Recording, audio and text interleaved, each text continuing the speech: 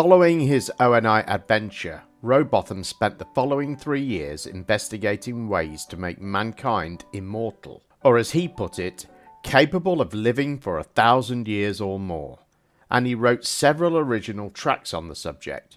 The first was a 64-page pamphlet published in 1842 under the pseudonym Tryon by Abel Heywood, a publisher of socialist writings, with the title An Inquiry into the Cause of Natural Death, showing it not to arise from old age, but from a gradual process of consolidation, arising from substances which may be so far controlled as to preserve health and active life for an indefinable period. Rowbotham's main argument was that the body hardens from conception to death. Numerous observations support this view. The bones of children are soft and tough, but adult bones are brittle and easily broken by falls. Tendons and cartilage harden with age.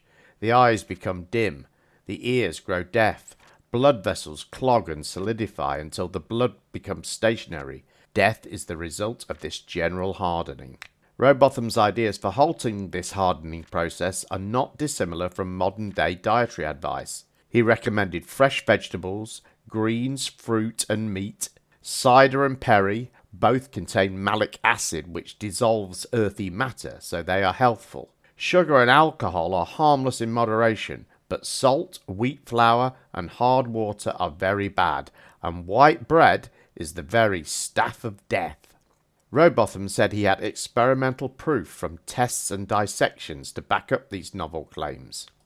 By a careful and continued use of the tartaric, hydrochloric and nitric acids in peculiar states of combination, the most wonderful effects have been produced.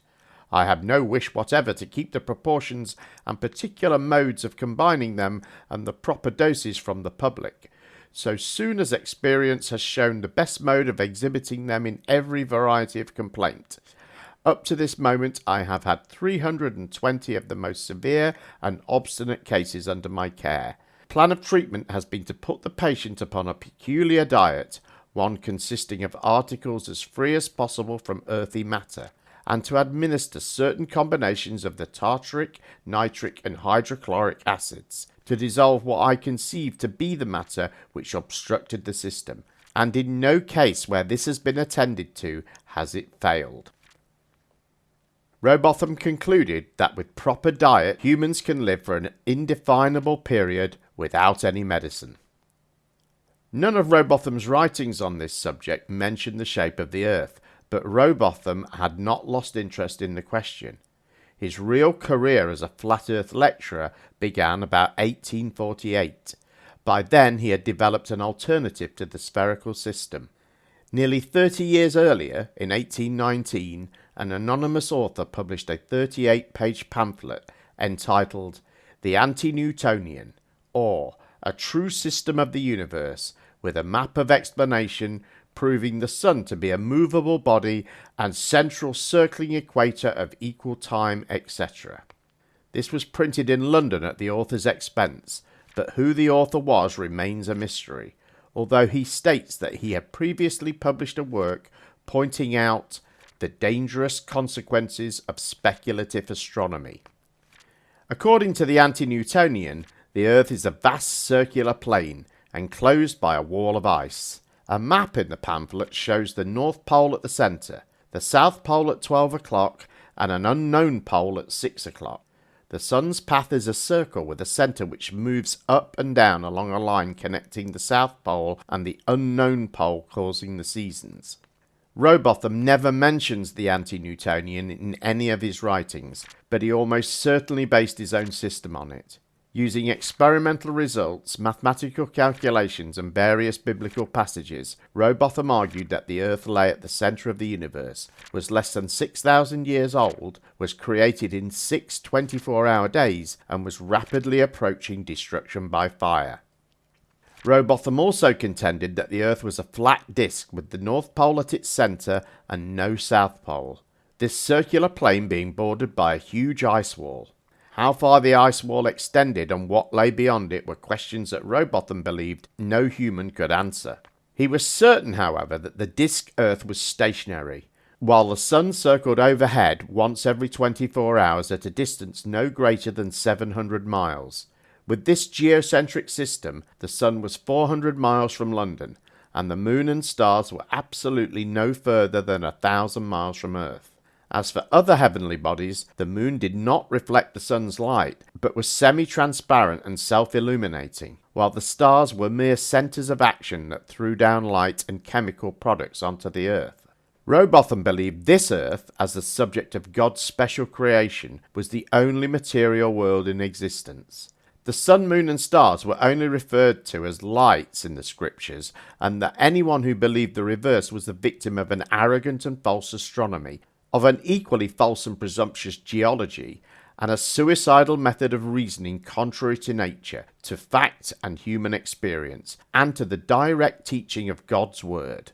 Rowbotham explained the seasons as the result of the sun's peculiar concentric circular path that expanded and contracted over the disk on a 6-monthly cycle, nearest to the central North Pole in British summertime and furthest away from it towards the impenetrable ice barrier in the depths of winter. Day and night were the result of the sun acting like a flashlight moving over a table, with its rays beaming vertically downwards. Sunrise and sunset were the result of a special law of perspective and a type of optical illusion.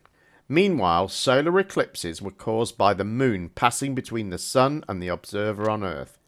Accounting for lunar eclipses was more difficult because the Earth was a stationary plane constantly underneath the sun and moon, so, as Rowbotham later put it, to speak of its intercepting the light of the sun and thus casting its own shadow on the moon is to say that which is physically impossible. Having considered the matter, he decided that the only logical cause was the movement of a mysterious dark body or non-luminous satellite. As for tides, they were not the result of the moon's gravitational pull, but the consequence of the rising and falling of the plane Earth as it floated on the illimitable, fathomless deep. Everyday proofs of the Earth's curvature, such as the disappearance of ships over the horizon, were simply the result of the laws of perspective and refraction, while circumnavigation was possible if sailors travelled square to the compass and traced a course round the edge of the disk. In fact, for every phenomena usually taken as proof of a spherical rotating Earth, Rowbotham developed a rebuttal backed by biblical quotations, experimental proof, and intricate mathematical calculations. With his evidence prepared, he decided to exploit the skills he had developed as a public speaker and debater to win converts to his Bible-based worldview. This was to become his life's work, and he used a carefully planned strategy to make his campaign more effective.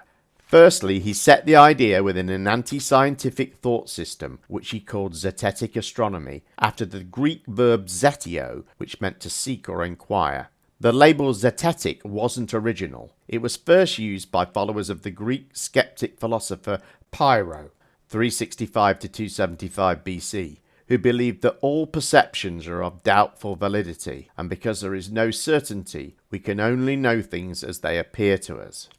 Highlighting Rowbotham's radical socialist connections, the label zetetic had also been used more recently by the London Free Thought movement around the time of the Napoleonic Wars.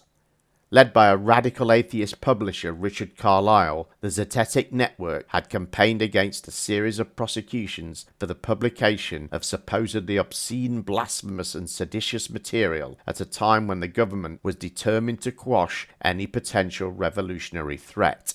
These zetetic societies, based mainly in Scotland and the north of England, were the first free-thought organisations, although radicals had been employing the terms free enquirer and truth seeker in their journals since the late 18th century.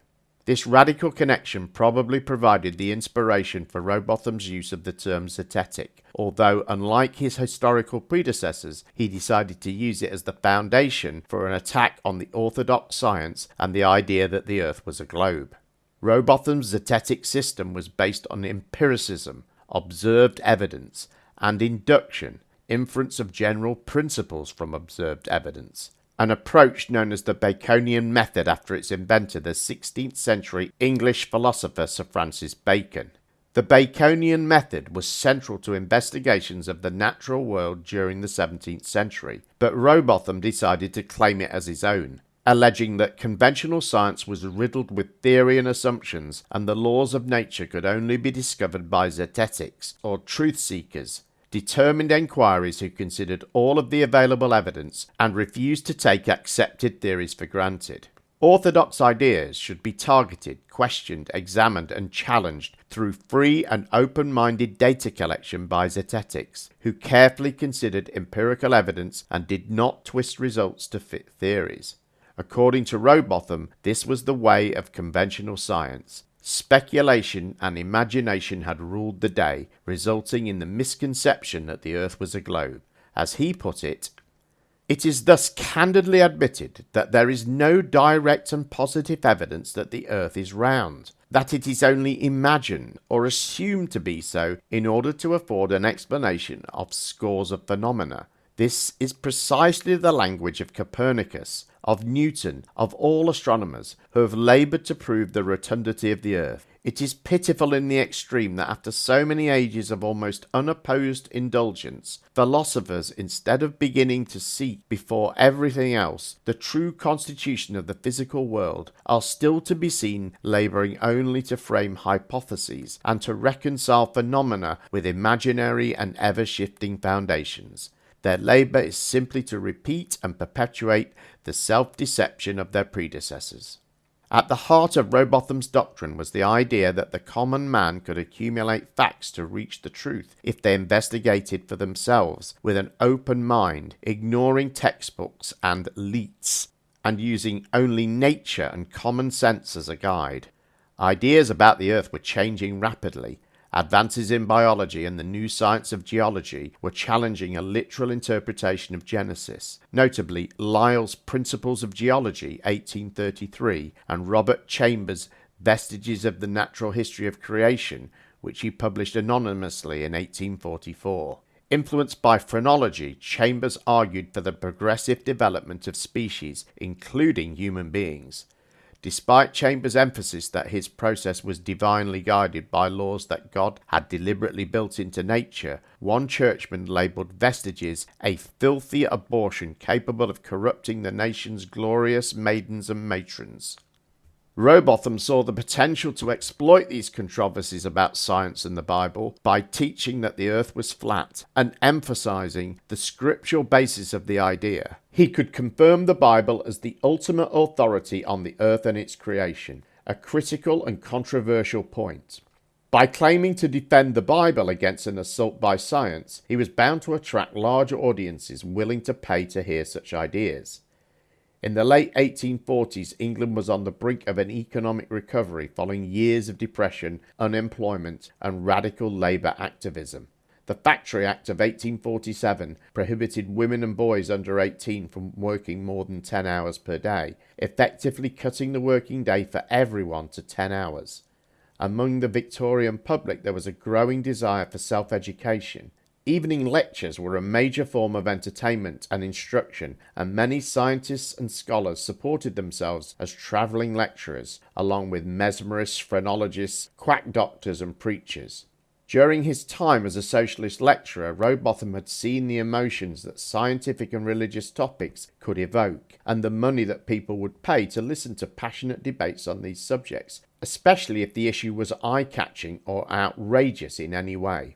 A popular venue for these lectures was the Mechanics' Institute. In 19th century England, a mechanic was someone who worked in a manual occupation, especially a handicraftsman or someone skilled with machinery.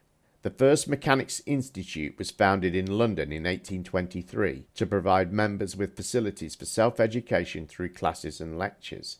The idea caught on, and Mechanics' Institutes sprang up all over England. Other forums for the education of the working classes included Owenite Halls of Science, mechanics magazines, and the penny press. Rowbotham seized upon this growing desire for self-education among the British working classes, presenting his motivation as altruistic, with his aim being to kindle the flame of free inquiry and hold out the beacon of knowledge and truth by promoting a common-sense system of inquiry where nothing was taken for granted, including the shape of the earth. His methodology was an intellectually and morally improving pastime. The Zetetics were free men and women, unrestrained by dogma, true objective investigators, and the ideal practitioners of science, whose work would lead to the salvation and redemption of humankind. As Rowbotham put it, bigots may howl, tyrants may frown, hypocrites may sneer, the coward may quail, the indifferent may marvel, but the champion of truth, armed in honesty of purpose, pursues his festal path invulnerable and victorious. This mythological image of the heroic zetetic truth seeker rebelling against the scientific establishment in defense of scripture would be a central theme of Rowbotham's campaign.